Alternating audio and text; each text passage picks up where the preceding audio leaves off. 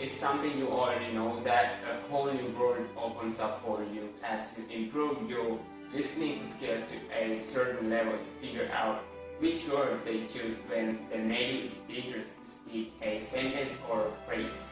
It did matter me a lot because I preferred learning a particular English accent, which was American accent over British, for two main reasons, which the number one was the pronunciation was more beautiful than British, and number two was that it was unique because people didn't learn it since they found it harder to understand them when the American English speakers speak.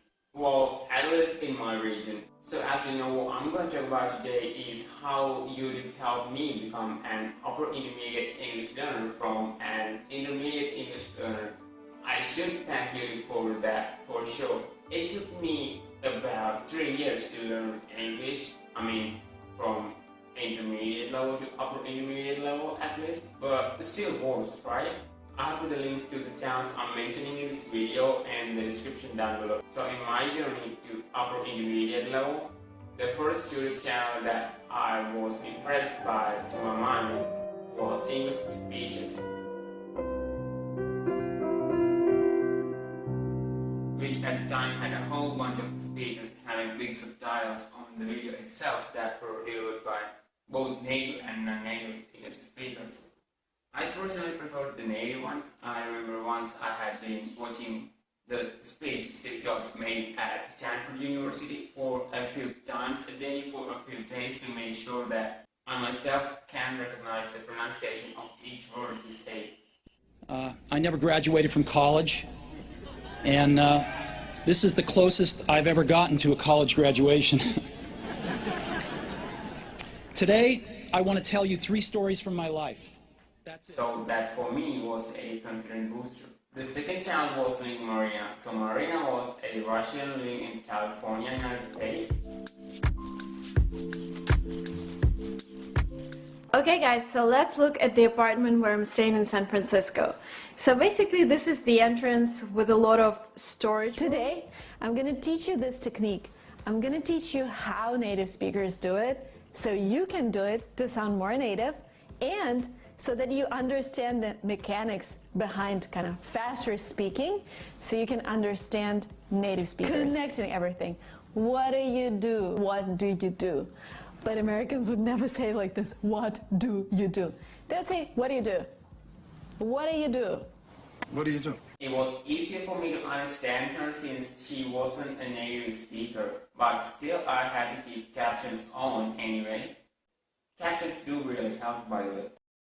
Channel number 3, Speak English with Vanessa. Tell me, do you want to date me or not?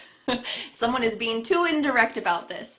We often use this with words like, don't beat around the bush, stop beating around the bush, why are you beating around the bush? Are we talking about guns here? Shooting a gun to give someone a shot? No. Instead, we're talking about something pretty different. Vanessa was an American native speaker. It was a little more challenging for me, and still it is, but I must say that always it was learning from a native. I've learned idioms, slang words, and several questions. Personal voting choices, unless it's with really, really, really close friends. Channel number 4, English with Lucy. Let me come with you. Let me come with you. Let me come with you. It was a little easier to understand her compared to Vanessa since Lucy was a British native.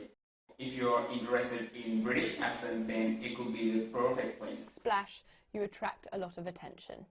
An example, Fred made a splash in the meeting today when his phone started ringing. Hello everyone, and welcome back to English with Lucy. Today I'm going to talk you through the 5 words and phrases that you need to stop saying.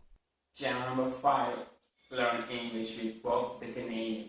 His pronunciation was clearer than an average Canadian. It is my job to explain things to people. So I have developed a way of talking that's very, very clear. It isn't actually that slow, though. He had all sorts of lessons and things like conversations, short explanations, which made his channel so convenient over any other channel that I'm mentioning in this video. Pen, it stays right here, but if I let go, it falls down. Channel number 6, Learn English with T. Even being the channel I found most recently, it has impressed me over any other, since it has a whole bunch of interesting lessons where they explain the English phrases that were used in popular TV series like Friends, Game of Thrones, Harry Potter, Modern Family, The Big Bang Theory, How I Met Your Mother, Sex and the City, and more. So Monica asked Chandler to make a face that expresses the feeling of far-off wonderment. Far off describes a moment that is a long time from the present, either in the past. Vanessa, Lucy, and Bob were professional English teachers. They have been working at local state schools teaching kids their mother tongue, which made them understand a non-native learner better.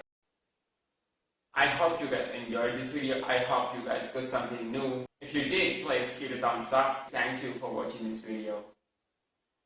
Good luck in your English journey.